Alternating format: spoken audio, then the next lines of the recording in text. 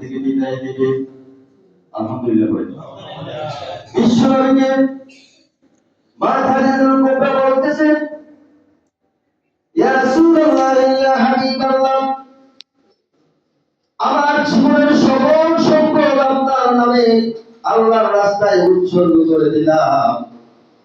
কোনদিন আপনার কাছে আমি কিছু চাই নাই। চাইছে নাকি?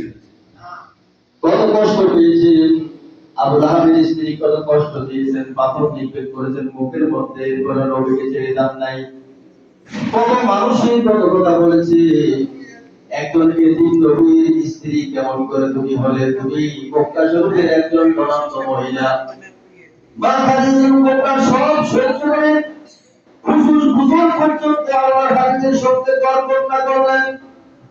মৃত্যুর সময় মাত্র তিনটা জিনিস আল্লাহর হাবিবের কাছে চেয়ে গেলেন, ইয়া রাসূলুল্লাহ ইয়া হাবিবাল্লাহ, আমি যদি এই মুহূর্তে মৃত্যুবরণ করি, আপনার নিকট আমার তিনটা ওসিয়ত আপনি পূরণ করবেন নি।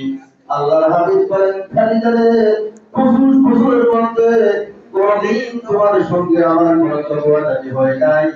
এত মধুময় বৈবাহিক জীবনের মধ্যে আজকে তুমি আমার কাছে কি চাও? তুমি যা চাইতে দেরি হবে, আমি আল্লাহর হাবিব সেটা পালন করতে দেরি হবে না। সুবহানাল্লাহ। এরকম স্বামী স্ত্রীর দরকার আছে না নাই? এখন তো এরকম স্বামী স্ত্রী নাই, আছে কি? একদিন স্বামীকে স্ত্রীকে গালি না দিলে স্বামীর বা স্ত্রীর বা হজম হয় না।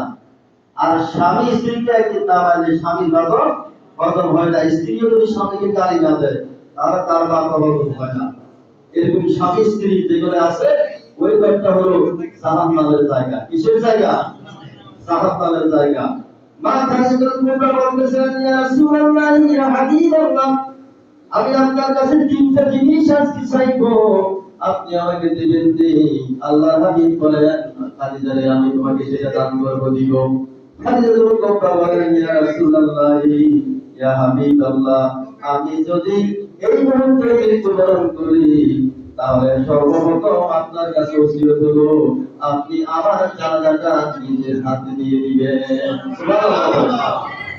দ্বিতীয় ওসিয়ত হলো এত সুন্দর, আমি মহিলা মানুষ, আমি যদি মৃত্যুবরণ করি, অপর পুরুষরা না দেখার আগে আগে আপনি মা ফাতেমার মতন করুণা হয়ে গেল। খাদিজাতুল কুবরা বলেন, আমি জানতে পেরেছি না আপনার কাছে বৈবাহিক বন্ধনে এতিম হয়ে গেছি, কিন্তু আমি এতিমের মতনই রয়ে গেছি। শুধু আপনার কাছে একটা দাবি, আপনি আগেই সাথে আপনার জামা কাপড় দিয়া আপনি আমাকে গোসল দিবেন, আর নিজ হাতে আপনি আমার কবরের উপরে মাটি দিয়ে দিবেন। সুবহানাল্লাহ। তৃতীয় ওসিয়তটা কি? তৃতীয় ওসিয়ত হচ্ছে, মা খাদিজাতুল কুবরা বলতেছেন, ইয়া রাসূলুল্লাহ ইয়া হাবিবাল্লাহ, আমি যখন মৃত্যুবরণ করব, আমাকে দাফন করা হবে। দাফন করার পর 40 কদম পার হতে দেরি হবে, মুনকার নবীর ফেরেশতা আমার কবরে আসতে দেরি হবে না।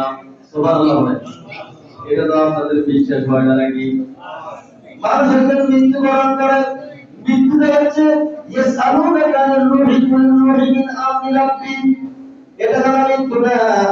তাহলে সহ্য করে দিয়েছে, জীবন আপনাকে দান করলো, আল্লাহ পাক মাফি করবে এক দান দিয়া।